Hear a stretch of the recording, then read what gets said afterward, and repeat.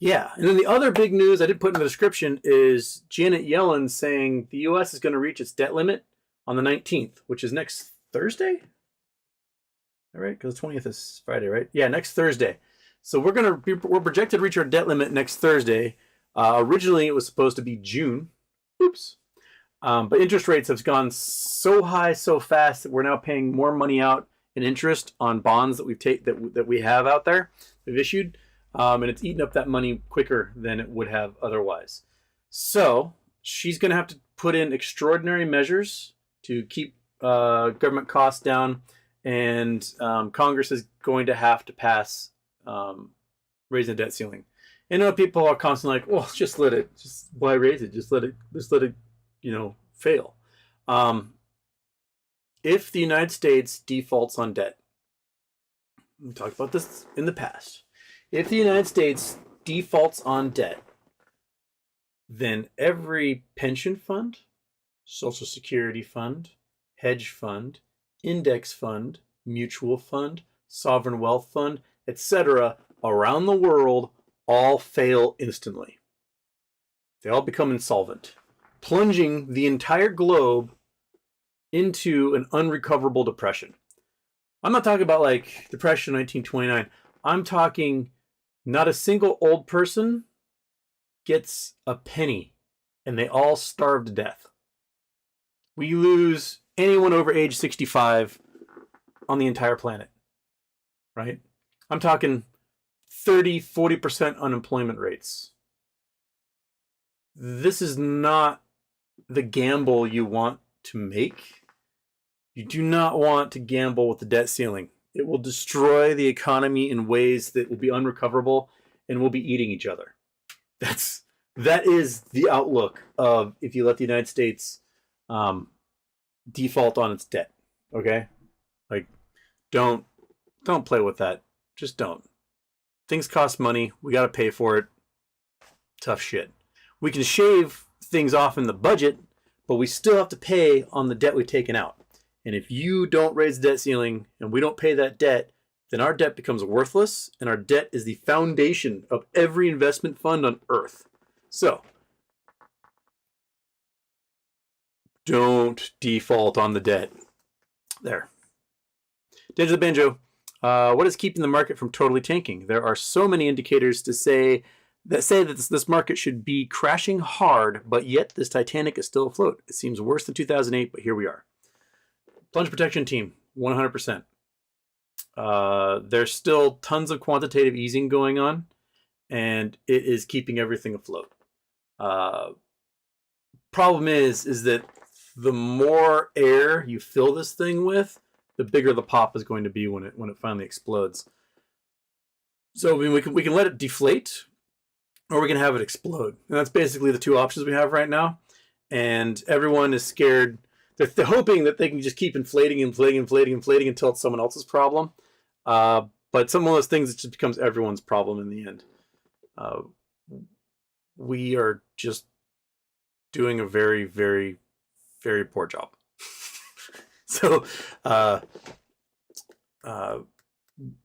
we do need to be focused on quantitative tightening. And, it is somewhat bringing down inflation, but I think as much as inflation is coming down, a large portion of that is housing and cars. People can't buy cars, people can't buy houses, but fuel prices are still pretty high. Food prices are still pretty high. There's still a supply chain problem for a lot of products out there. And so I think we're probably getting to a stable inflation zone, but not where it should be at 2%. Bitcoin, the powers can keep this market afloat forever. They can make or ignore rules or facts. The government is never going to stop hedge funds because they need their help to do it. I don't know if I agree. Because the hedge funds still have boatloads of liability. And like 2008, if that liability comes to a head because the blue chips crash and bonds crash and mortgage-backed securities crash and things like that, then they're all exposed. There's the hedge funds essentially just blink out of existence at that point. So I don't know if they can keep it going forever. Hedge funds have a lot of power while things are going good. But the minute the shit hits the fan, the hedge funds lose all their power because they have no leverage anymore. They can no longer meet their obligations, financial obligations. And once you can't do that, you don't have any power. So, I guess if you want to crash everything, you just don't vote for the debt ceiling. Crash everything, and then we all eat each other, and then that's it. Nature reclaims itself, and tree roots go through our rib cages. That's what happens. Julianne, I kind of feel like if the House GOP starts playing with the debt ceiling, the Biden admin will just let the economy start free falling by taking the finger off the scale. That's a great way to blame the Republicans for a collapsing economy. I mean, if you're trying to hold out as long as possible and not take the blame for it, you can immediately go, it's these guys' fault. They won't raise the debt ceiling. What am I supposed to do? And, it's all about, in politics, it's all about blame. If it's going to happen eventually, you may as well make it the other guy's fault. So if Republicans want the collapse of the economy on their hands, then they refuse to raise the debt ceiling. Simple as that. If you want your constituents eating cat food, living out of cardboard boxes, then don't raise the debt ceiling. It's pretty simple mathematical formula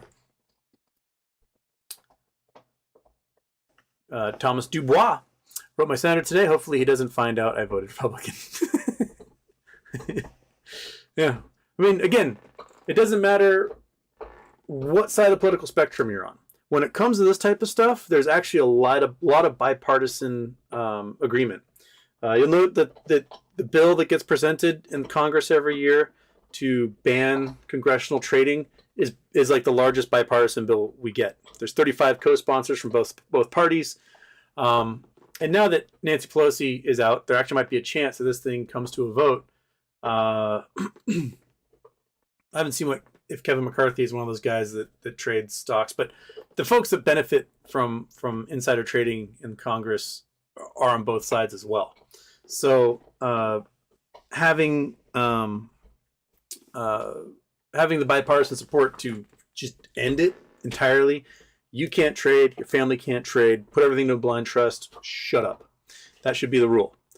You should not use your position, get inside information on different companies that, laws and contracts and things will affect, and then make yourself millions. That should not be the motive for being in Congress. The motive for being in Congress should be to legislate and represent your citizenry. That's it. If you are going to do that, you're going to have to sacrifice something to do that. It should be more altruistic than anything else. So we should be able to get both sides of the aisle to agree on this stuff. I mean, Berta and Charles Payne are as right-wing as it gets. They agree with AOC and the squad when it comes to how the market should be regulated and naked short selling should not exist. So you can get these two extremes to meet on this one issue.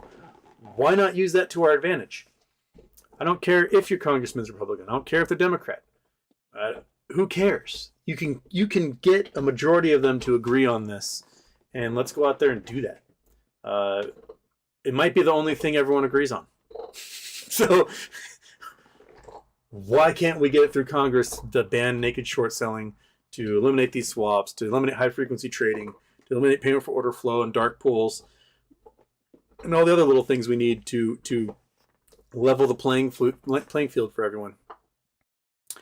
Maria Garcia is the new SEC reporting program CAT going into effect January 23. Is it blockchain? It's not blockchain. The CAT system, I can't remember exactly. It was supposed to go into effect like September of 21, and they postponed it. It has to do with announcing positions. I gotta look it up again. It's been so long.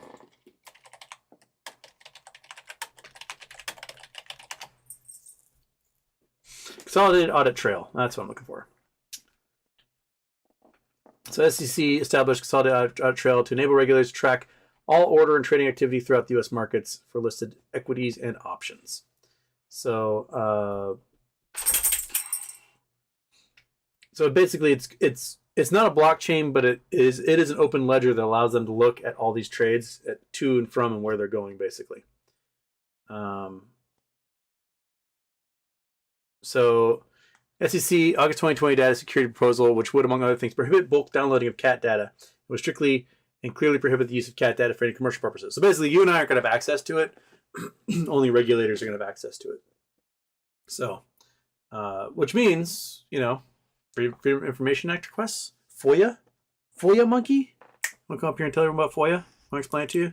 Monkey's saying you file Freedom of Information Act request with federal regulators, and they have to give you that data unless that data is being used perhaps in a law enforcement investigation, which is why they weren't able to give any MMTLP data to people when they did the Freedom of Information Act request.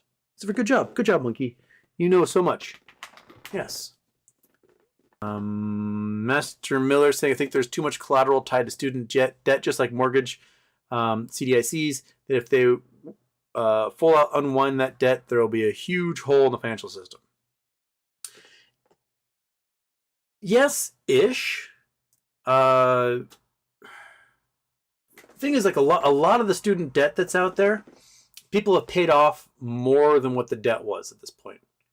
And, they say they took out $100,000 for student loans. And over the past 15 years, they paid back $125,000 of it. And they still owe $130,000. So the interest on the debt, especially in debt from the Bush administration, when they took off the caps on student loans, so sometimes the rates were like 9-10%, just insane. That the interest rate is expanding faster than anyone can cover, and so it is like the expanding universe. There's dark energy taking over, and people end up paying forever. They physically cannot pay it off unless they win the lotto. And an easy way to do that is to go, look, this person's paid more than what they owed. They're done. That's it. And wipe all those out right off the top. And just claim them paid. Done.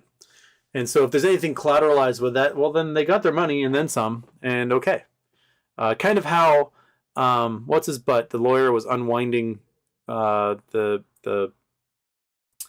Bernie Madoff liabilities. Like he's like, some people took money out and they got more than they put in. We're going to have to claw that money back from them. They can look at people who have paid off more than what their debt was and be like, okay, you're done. And then focus on what's left. And that would shrink the pool a lot, and I think would do a good job in giving us an understanding of where we stand financially with the student loan stuff. And on top of that, instead of subsidizing student loans, just subsidize the colleges and make colleges tuition free like other countries do. Rather than saddling these 22-year-olds with lifetimes worth of debt that will sit on their back forever. We need educated people in our society.